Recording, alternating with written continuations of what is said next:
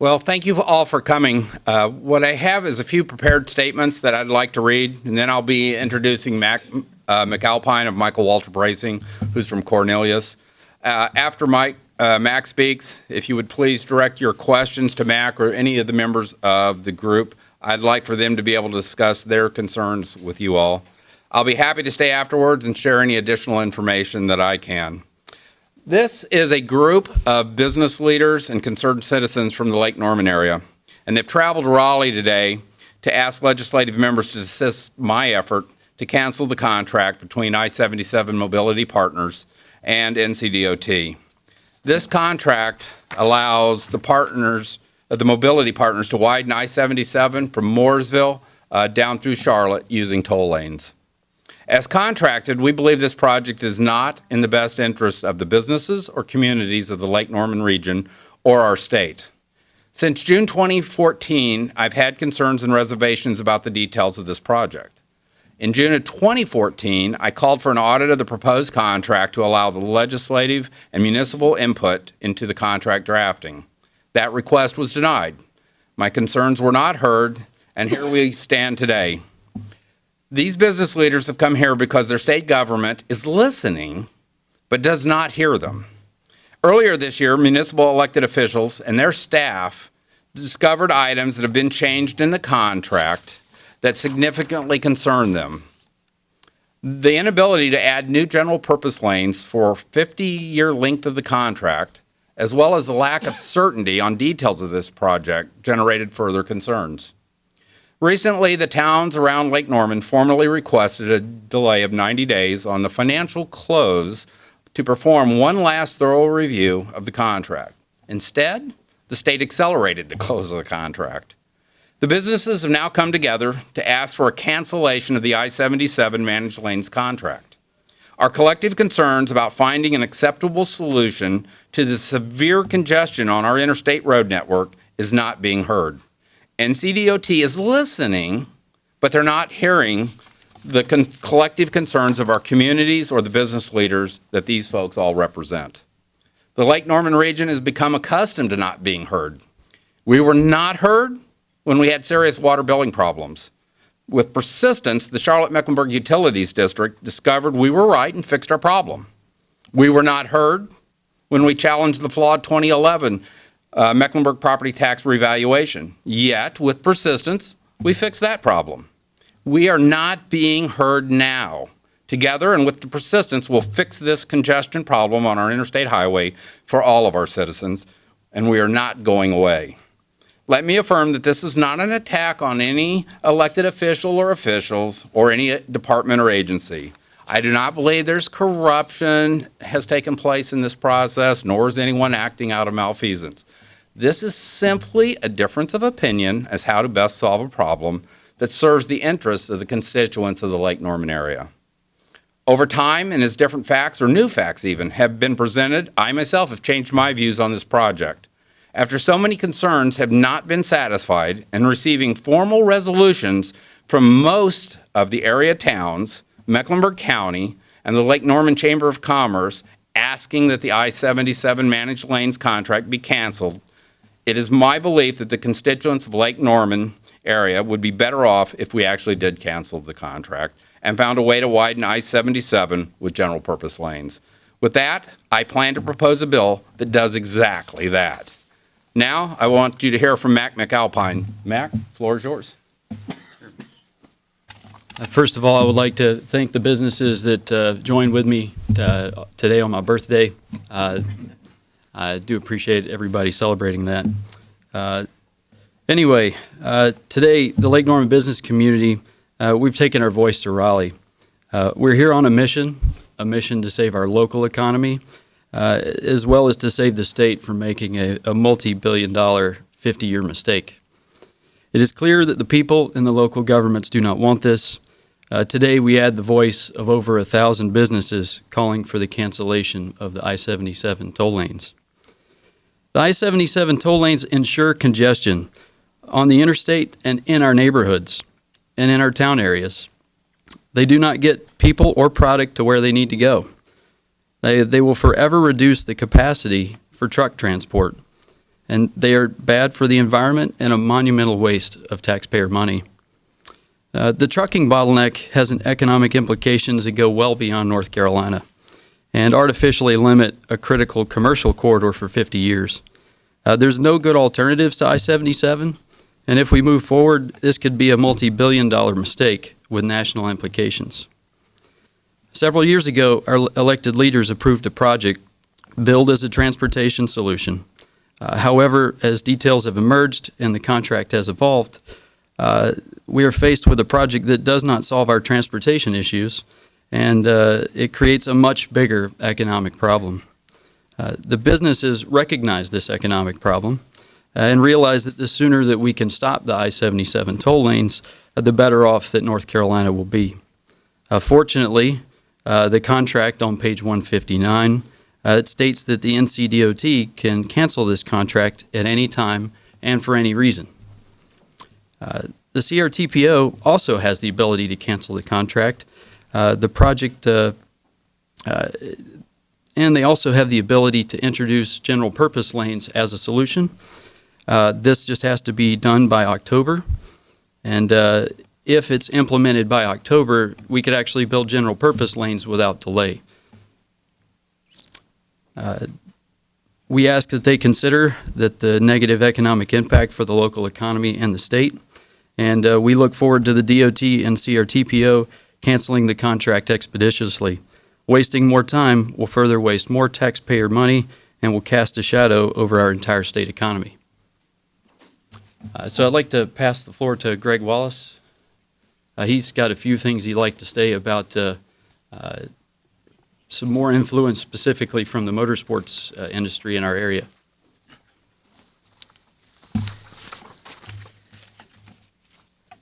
Thanks, Mac. My name is Greg Wallace. I oversee marketing and PR for my family's businesses, Rusty Wallace Incorporated and Rusty Wallace Racing, LLC, which are based in the Lake Norman region. I've been a resident of the area on and off for nearly 20 years. We really appreciate your time. You're taking time to talk to us today. I won't take too long, but just want to touch on the support that we receive from the motorsports community.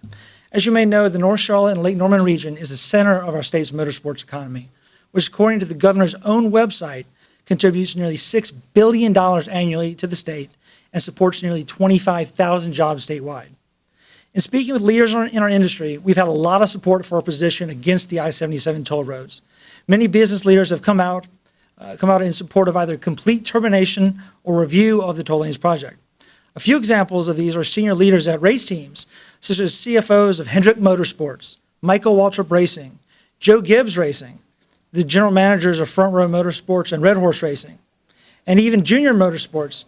Kelly Earnhardt Miller, who runs and co-owns the team with her brother Dale Earnhardt Jr., Kelly signed a petition expressing deep concerns about the I-77 toll lanes. We've had management and consulting groups, such as Humpy Wheeler, the legendary promoter of Charlotte Motor Speedway. Our entities, Rusty Wallace Incorporated and Rusty Wallace Racing. Racing legend Ray Evernham, with his Ray Evernham Enterprises and Americana TV franchise. We've had management groups such as Spire Sports and Entertainment, even SunTrust Bank, their sports entertainment banking division. And finally, suppliers. Suppliers are really the lifeblood of our industry. Roush Yates Engines, which is a huge enterprise that builds all the Ford engines for many NASCAR teams, such as Penske Racing, Roush Fenway Racing, and Richard Petty Motorsports. Their CEO, Doug Yates, along with half of his employees, literally half of his company, signed a petition for the state to completely terminate the I-77 toll lanes project. Champion Tire and Wheel, their general manager, Todd Carpenter, is in attendance today. They're a great example of a company you may not have heard of, but whose services are vast and vital to the racing industry. All of these companies have come out against the toll lanes and really think there's better options. There's just a few of the folks that have expressed concern. Overall, the toll lanes project simply doesn't provide an adequate long-term solution for our transportation problems. In our minds, we know that there's a better solution.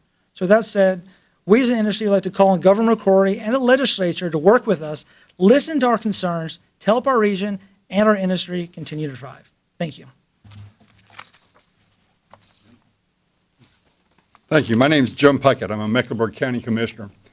I have been fighting this project along with my good friend Danny Phillips, a County Commissioner from Huntersville, for over 2 years.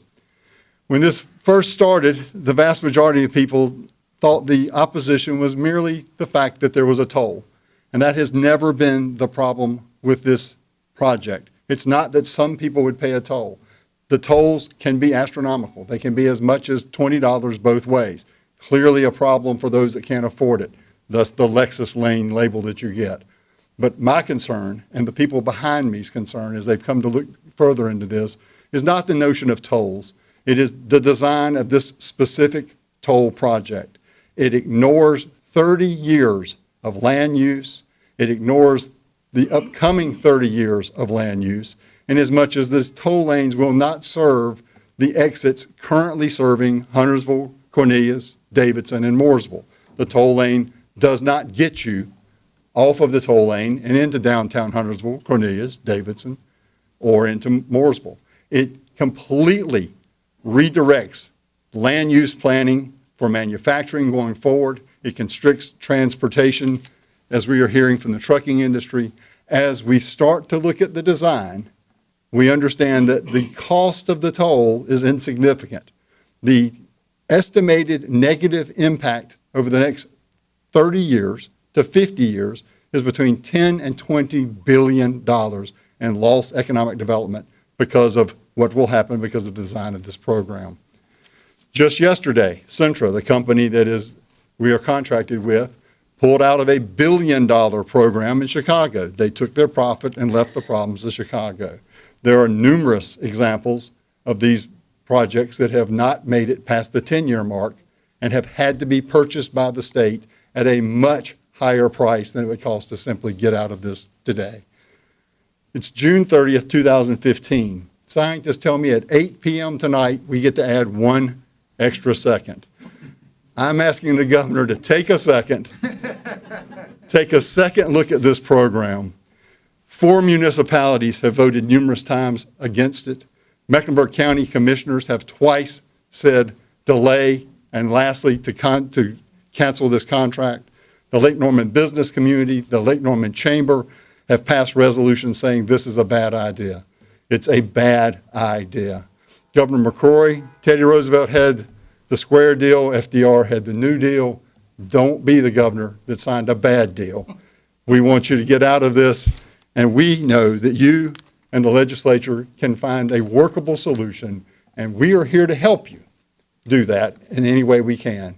But first, you have to get us out of this disaster and start us on a new road, no pun intended. Thank you. All right, if I could do this real quickly, I'm going to have start and come across, and everybody would just briefly introduce themselves and let folks know which business or group you represent, and then we'll let Mac and Jim kind of coordinate any questions you might have. I'm Bruce Trimber. I own a company called Trimber Group LLC, and I'm also a town commissioner for Cornelius. My name's John Stritch, and my wife Sue. We're business owners in Mooresville, and we employ almost 200 people, 300 people. They were pitching a lot of stuff here. Anyway, we're here because we founded our company in Mooresville so that it would be strategic in our kind of business. This tollway reverses the whole thing and actually is pushing us to go to another location. Hi, John Anarella. I'm a candidate for mayor of Huntersville and also a small business owner in Huntersville. Todd Carpenter, General Manager at Champion Tire and Wheel. Louis Ganyard, I'm with Carroll Former Logistics Trucking Company. Tom Dutton, Senior Vice President with Bank of Ozarks and Cadiz. Bill Sykes, S1 LLC Healthcare. John Hetwer, I'm the founder and president of Payroll Plus and employ 25 employees in Cornelius. Bill Russell, President of Lake Norman Chamber of Commerce. We have 1,000 chamber members in Cornelius, Davidson, Huntersville, and the greater Lake Norman region. I'm John Bradford, North Carolina House of Representatives, representing District 98, which is Davidson, Cornelius, Huntersville, and Northeast Charlotte. I'm Mike Russell. I'm the Chief Operating Officer of Mad Vapes. We employ over 150 people in Mecklenburg and Iredell County, and I serve as the Lake Norman Chamber of Commerce Chair for 2015. Danny Phillips, owner of Hubbard Farms and Old Store Produce, Beatty's Ford Road, and also town commissioner of Huntersville. Thank you. And I'm not a member of the Lake Norman community. I'm Senator Joyce Krovic, and I'm just here to support these guys. Thank you, Joyce. Thank you. Dennis Billevue, President of Aquesta Insurance in Cornelius. I'm also a board member of Lake Norman Chamber. Senator David Curtis, District 44, which is Iredell in Lincoln County. And I'm Amy Peer. I'm here on behalf of Business Today and Cornelius Today. I'm Joe Vagnone. I'm on the executive board of Lake Norman Chamber. Already introduced myself, but I'm Greg Wallace, Rusty Wallace Incorporated. I'm Beverly Earl, and I represent District 101 in Mecklenburg County. My district runs up 277, and in my past history, I did represent Huntsville. My name is Michelle Bellato. I'm with Interactive Interiors, and I represent a small business in the Lake Norman community. Tom? Hi, everybody. My name is Tom McMahon. I'm the owner and CEO of Sperry Bennett Commercial Real Estate, and we employ 20 people in the local market. Thank you very much. And I'm John Donnelly. I came on the trip. I'm essentially retired, but I've worked in local government. I'm not retired, really. I'm hoping to get a job as a teacher. Hopefully in CMS. We're going to take a while to leave. Thanks. I want to come down here because I'm just told roads. Gary? I'm going to put you on the spot. I'm Gary Knox. I'm a former mayor of Cornelius. I served on the MTC and MOPO, and I learn more every day on this subject, and I'm a little bit concerned, to say the least, but I applaud the leadership that we have in the legislature. Thank you, Mr. Bradford, Mr. Tarte, and everyone else in the room. Thank you very much for being here. All right, and I guess we'll open it up, and Mac and Jim, if you guys would like to field whatever questions you may or may not have. What kind of reception did you all get? I saw you going door to door and going and trying to find legislators from counties all over the state. What was the reception that you got? I personally have probably met with 8 senators and representatives this morning, left material with probably another 4 or 5. It has been overwhelmingly supportive in wanting to learn. That's not to say they completely agree, although I have been surprised with how many people were completely supportive, became more so when we started to talk about the details of the program. I went with 2 members headed to a transportation committee meeting that as we talked, they clearly understood that they did not fully understand the entire project. So I have been overwhelmingly happy with the reception we've gotten. We still have a long ways to go today. Mac, how about yourself? Absolutely. It's the education that really is enlightening our representatives today. A month ago, this pretty much was a done deal. And, you know, I was a concerned citizen and business owner going to the local town meetings and also to the CRTPO. I could tell that there was absolutely no consideration of the economic impact. And I put together a summit, invited the local businesses, had buy-in of about 150 businesses that showed up in a 4 days notice. And, you know, I wanted to get the business community together and talk about the economic impact of this, because clearly, if you understand the situation, you can realize that this is not something that you need to let move forward. And that's what we're seeing today. One quick thing is, Charlie, I don't know if you want to walk. Charlie Jeter, representative of this district, has been working with us diligently to address this issue. So, Charlie, glad you could join us. I know you were in committee. Other questions?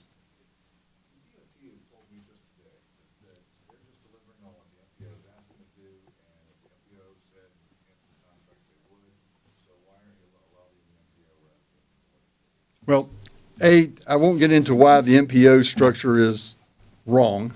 I served on MUMPO when I was on the county commission last time. I believe the entire structure of that and the voting works against us. The MPO also does not understand. We have to admit and have fully admitted that when this first started in 2008, the charge was widen the road and we have no money. This was the best transportation solution they could come up with. MPO, like all bodies, particularly when they're acting as bureaucrats and not elected officials, they check it off their list and they put it behind them and they're going on to the next thing. They have dealt with what NCDOT provided them as 2 options. Today, it is a completely different game. There is clearly bonding capacity. We have turned around the state's economy. There is an opportunity if we limit the scope of work. Part of the problem with MPO was the only project that they were given was a 26-mile project. They were never told to score a 16-mile project, which is simply widening the part that needs to be widened immediately. If so, it would score a whole lot higher. So to work through MPOs, which are then dealing with about 11 different elected bodies, most of them not in North Mecklenburg, we will continue to work that. But the fact is, they don't understand it. They don't quite get, I think, the economic development piece of this. They listen to NCDOT as their advisors. I listen to the business community as my advisors. Again, MUMPO does not look at economic development.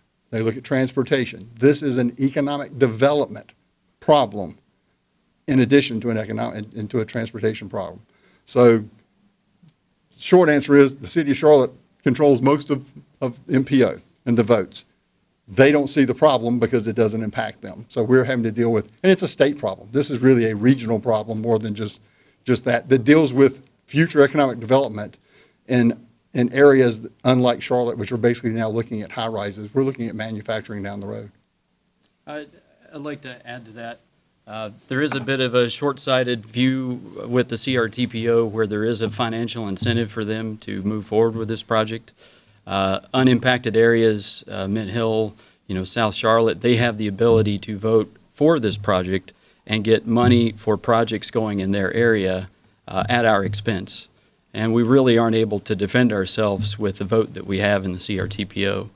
And this is really the tragic part of this, is that we are not able to defend ourselves properly, and there is a financial incentive to put this on us. And due to the nature of the project and where the bottleneck is up in North Mecklenburg by Cornelius, Davidson, Huntersville, and Mooresville, it is those areas that are going to they're going to carry 90% of the burden for this entire project. Which is another reason Charlotte's getting lots of infrastructure, but it's not costing them any money. And, we're the ones that have to pay for it, and we have no control over that. Yes, sir. This might be for Senator Tarte, but the contract is already signed, the legislature is winding down the session. There doesn't seem to be a lot of support in the General Assembly for this purpose, even among the delegation, Mecklenburg delegation. So how realistic is this whole thing at this point? Well, we're going to find out shortly when we file the bill, and that way it'll call attention to this matter, at least within the NCGA.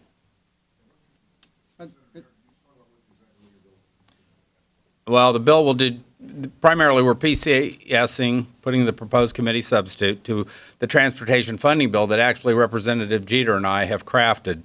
So one of the provisions will be that we defund or don't allow tolling in a certain segment from exit 23 to exit 36, and then it will outline a solution to how to fund our transportation infrastructure as well. So if we're going to create a problem, we're going to try to present a solution to solve it as well.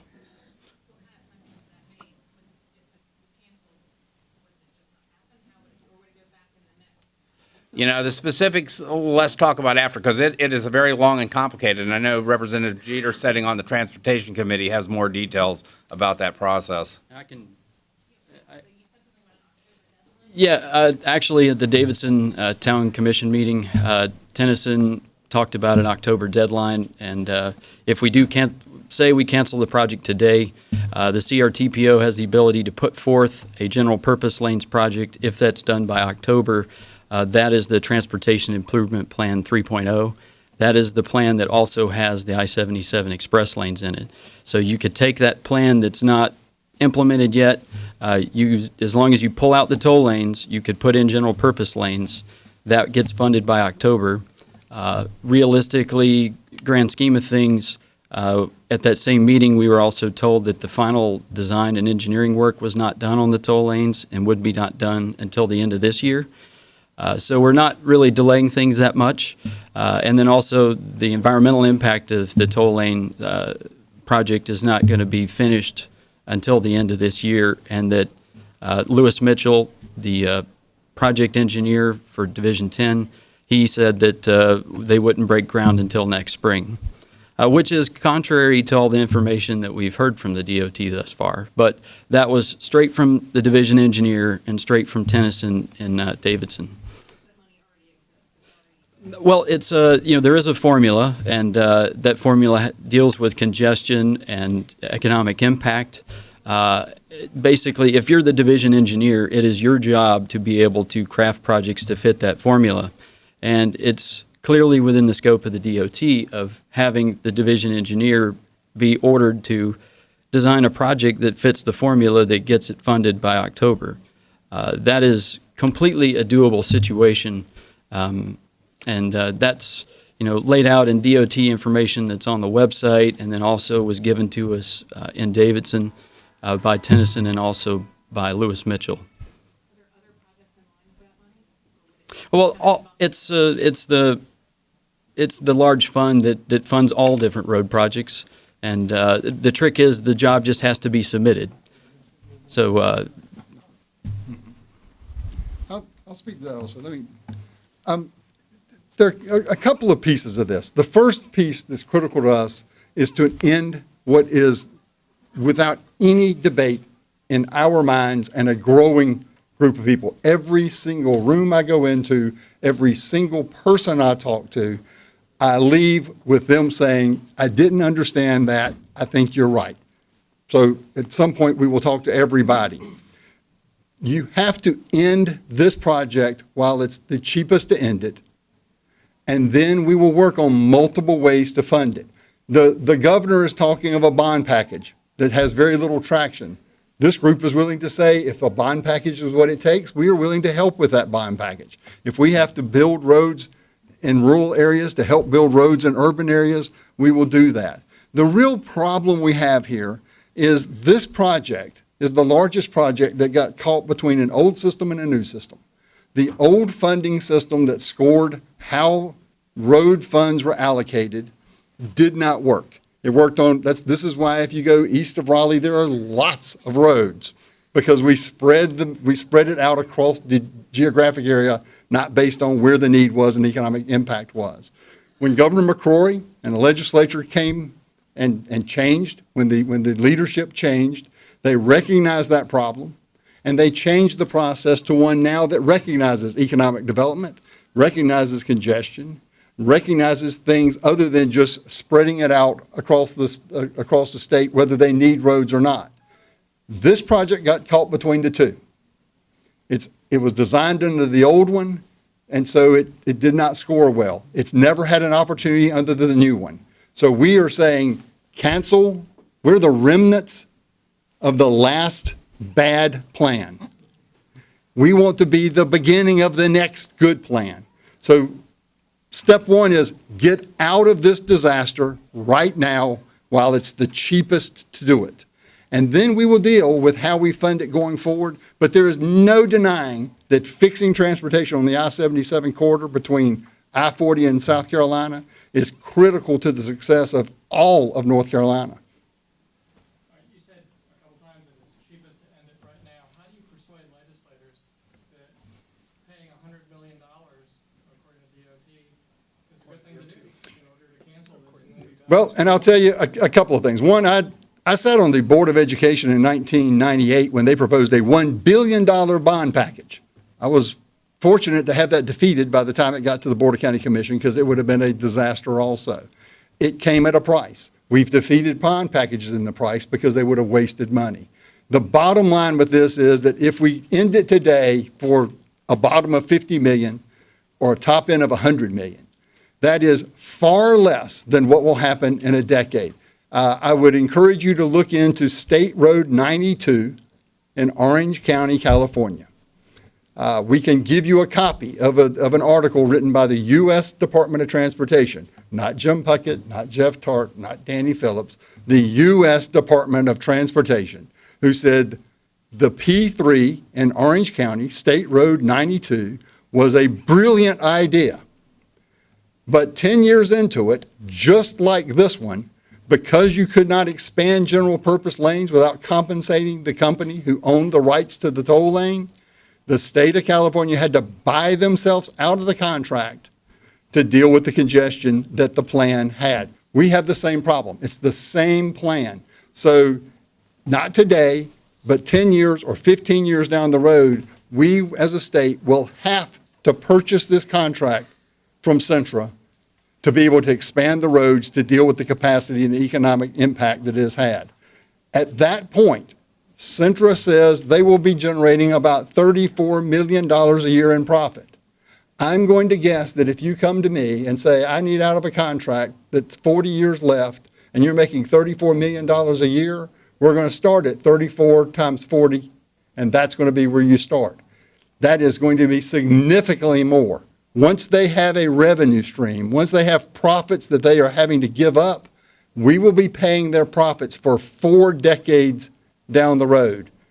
Today is the cheapest you can get out. Sometimes the best money spent is the money that gets you out of spending a whole lot more money down the road. Let me do this. If we could take 1 or 2 more questions, because we're going to need to give up the room. Some of the members need to run to committee meetings.